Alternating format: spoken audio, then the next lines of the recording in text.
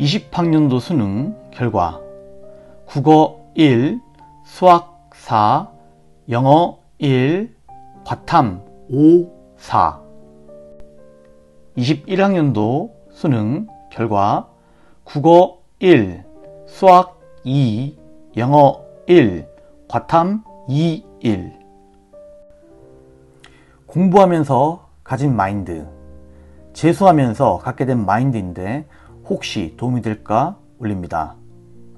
시험장에서는 어차피 머리가 안 돌아간다. 사자에게 쫓기는 얼룩말이 생각할 겨를 없이 도망만 가듯. 그러므로 배경 지식을 최대한 많이 만들어 놓는 게 좋다. 2. 걸으면서 공부하다 보면 결국 수능날에는 내가 걸러진다. 3. 남들이 하기 싫은 걸 해야 성적이 오른다. 4. 수능은 과정보다 결과가 중요하다.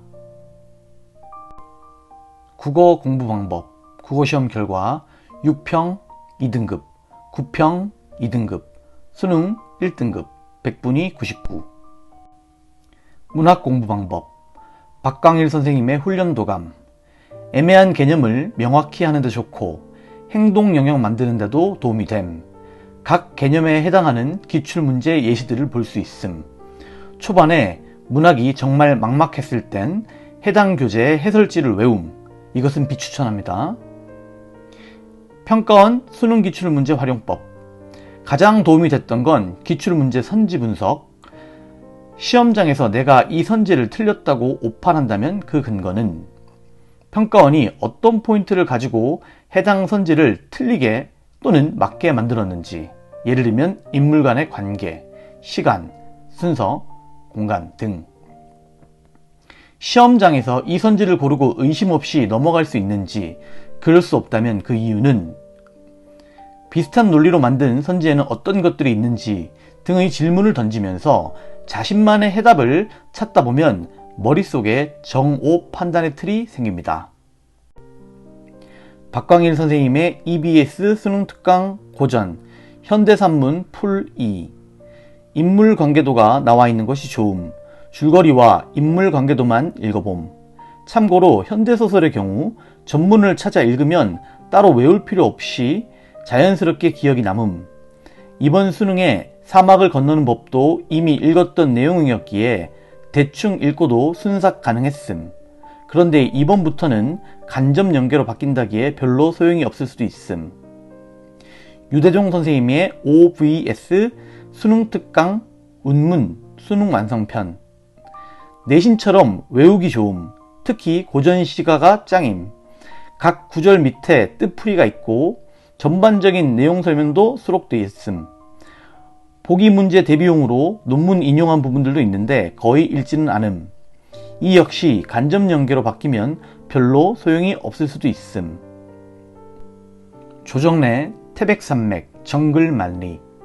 국어 점수가 왜 안 오를까 하고 고민하던 중 텍스트를 너무 시험 문제로만 바라보고 있다는 사실을 깨달음. 이에 문학적 감수성을 높이고 글 읽는 행위에 대한 거부감을 줄이고자 읽기 시작함. 실제로 너무 재미있었고 글 읽는 것을 좋아하게 되면서부터 점수가 차츰 오름. 비문학 공부법 수능 플러스 독서. 초반 2월에서 6월에 푼 대성학원 기출문제집 분석한답시고 형광펜으로 색칠 공부하고 난리쳤고 당연히 성적은 오를 기미가 없었음.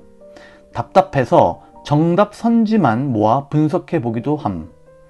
반이어로 함정 파기, 내용 짬뽕시키기, 인과관계 바꾸기 등 다양한 방식으로 선지를 만듦. 그러나 편법인 만큼 근본적인 실력을 올리기에는 한계가 있었음. 선생님 자체 교재 독서를 부탁해 파트 1. 역시 2월에서 6월에 진행. 한 문장 단위로 글을 어떻게 읽어야 하는지를 정리한 교재임. 암담했던 나에게 한 줄기 빛이 되어준 교재. 문제 해설을 아예 외우기도 함. 그러나 역시 근본적인 독해력을 올리기에는 한계가 있었음. 요약 노트. 7월에서 8월쯤 시작. 수능 끝날 때까지 함. 도무지 오를 기미가 없는 성적에 상담을 요청. 한 문단씩 요약하는 연습을 하란 말을 듣고 다음 날부터 하루 3지문씩 쓰기 시작. 별 의미는 없고 흔적을 남겨야 꾸준히 할 것 같아서.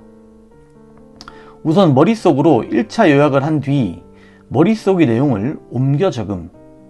초반에는 거의 문장을 똑같이 베끼는 수준으로 요약함. 근데 차츰 시간이 지나면서 화살표 등을 이용한 키워드 중심의 간단한 구조도로 자연스럽게 바뀌기 시작함. 머릿속에서 정보를 처리하는 방식이 바뀌어 간다는 의미임. 정보 처리 방식이 단순해지면서 다른 과목을 공부할 때도 긍정적인 영향을 받음. 지문 표기법 보완. 원래는 지문에 밑줄 또는 동그라미 정도로만 표시했는데 구평에서 비문학을 풀다가 기억력의 한계를 느끼고 앞으로는 시험지에 단락마다 짤막하게 키워드를 적어 놓기로 함. 비문학 푸는 방식을 보완한 후로부터는 국어 성적이 최상위로 올라가게 됨. 안정적으로 100점이나 혹은 1개에서 2개 정도 틀리는 정도. 문단마다 표시하는 이 방법은 요약 노트를 한 권 정도 다 쓴 다음에 자신이 생각하기에 사고방식이 바뀌기 시작했을 때부터 시행하기를 추천함. 근본적인 실력 자체를 늘려야만 먹히는 방법임. 괜히 어정쩡한 상태에서 하면 쓰는 행위에만 의존하게 되어 더 안 좋아질 수도 있음. 평가원 수능 기출문제. 그전까지는 현역 때 본 거 또 보기 지겹다고 거들떠도 안 보다가 구평 2등급을 받고 충격을 받은 뒤로 본격적으로 6월, 9월 수능을 차례로 분석하기 시작함. 결국 2020년에서 2014년 6월, 9월 수능을 모두 분석하고 수능장에 들어감. 프린트하는 데만 A4 용지를 거의 한 통은 쓴 듯. 수능 직전 2주 전에는 역대 수능 기출만 분석하면서 수능의 논리나 난이도에 익숙해지려고 노력함. 수능은 모의고사보다 훨씬 어렵기 때문에 수능 난이도에 미리 익숙해지는 것이 중요함. 간쓸게 하루 3지문 풀고 요약하는 용도로 씀. 개인적으로 비문학은 컨텐츠보다 공부 방법이 더 중요한 듯. 문법 총론. 재밌게 많은 내용을 암기할 수 있어서 좋았음. 특히 구평에서 방점 문제를 보고 충격받아서 중세 국어 문법을 확실히 외우려고 마음먹었는데 매우 만족스러웠음.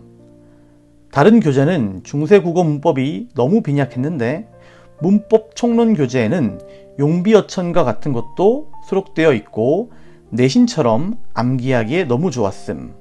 덕분에 수능 문법 순삭. 마더텅 수능 내신 국어 문법 2400제. 내신할 때 애용했던 문제집. 마이너한 내용도 많고 용례들을 직접 써볼 수 있게 되는 게 가장 좋음. 다양한 예시를 통해 체화할 수 있음. 특히 음운 변동 파트에서 매우 도움을 많이 받았음. 접사 같은 자잘한 예시들도 다 외운 덕에 구평에 줬다, 자주 이 내용들을 보자마자 미소가 나옴. 화작. 수능 평가원 기출문제집.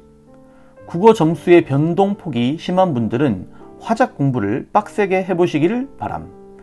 이번에도 수능 1페이지 화작이 조금 까다로웠는데 크게 당황하지 않은 것은 평소에 화작 공부를 철저히 해놓았기 때문인 것 같음. 특히나 화작은 문제 패턴이 정형화되어 있기 때문에 여기서 문제가 나오겠지 라고 예측하면서 풀다 보면 자신감이 붙음. 화작도 아까 문학 선지 분석할 때처럼 시험장에서 내가 이 선지를 틀렸다고 오판한다면 그 근거는? 평가원이 어떤 포인트를 가지고 해당 선지를 틀리게 혹은 맞게 만들었는지? 시험장에서 이 선지를 고르고 의심 없이 넘어갈 수 있는지, 그럴 수 없다면 그 이유는, 비슷한 논리로 만든 선지에는 어떤 것들이 있는지 등의 질문을 던지고 해답을 찾는 연습이 도움이 많이 됨. 공부하면서 가진 마인드, 재수하면서 갖게 된 마인드인데 혹시 도움이 될까 해서 올립니다. 1. 시험장에서는 어차피 머리가 안 돌아간다. 사자에게 쫓기는 얼룩말이 생각할 겨를 없이 도망만 가듯. 그러므로 배경 지식을 최대한 많이 만들어 놓는 게 좋다. 2. 걸으면서 공부하다 보면 결국 수능 날에는 내가 걸러진다. 3. 남들이 하기 싫어하는 걸 해야 성적이 오른다. 수능은 과정보다 결과가 중요하다.